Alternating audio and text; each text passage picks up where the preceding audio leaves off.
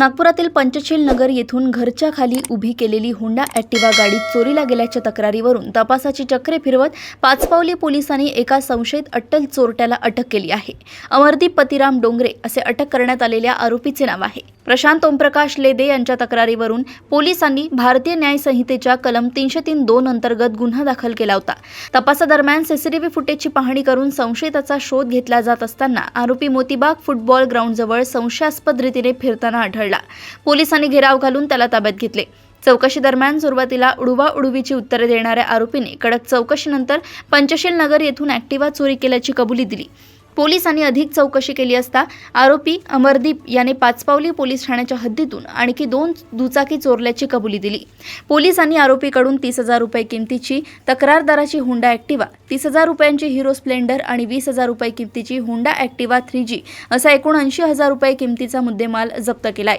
नागपूर शहराचे पोलीस आयुक्त डॉक्टर विश्वास नांगरे पाटील, सहपोलीस आयुक्त रवींद्र रेड्डी, अपर पोलीस आयुक्त विनीता शाहू, पोलीस उपायुक्त राहुल मदने आणि सहाय्यक पोलीस आयुक्त शिवप्रसाद पारवे यांच्या मार्गदर्शनाखाली पाचपावली पोलिसांनी ही यशस्वी कामगिरी केली असून पोलीस अंमलदार विनोद समुद्रे पुढील तपास करतायत। प्रशांत लेंदे राहणार राणी दुर्गावती चौक येथील राहणारे त्यांनी एक तक्रार दिली होती। त्यांची गाडी चोरीस गेलेली होती। त्यावरून 22/8 रोजी गुन्हा दाखल झाला होता आणि त्यानंतर गुप्त बातमीदारांकडून माहिती मिळाल्यावरून आरोपी अमरदीप डोंगरे राहणार लाखनी जिल्हा भंडाऱ्याचा आहे, तर याला अटक करण्यात आली आणि त्यांनीच ही चोरी केल्याचे निष्पन्न झाल्याने ती जी गाडी आहे 2 व्हीलर ती जप्त करण्यात आली आणि त्या चौकशी दरम्यान त्याच्याकडनं त्यांनी अजून 2 गाड्या पाचपावली हद्दीत चोरी केल्याचे निष्पन्न झाले।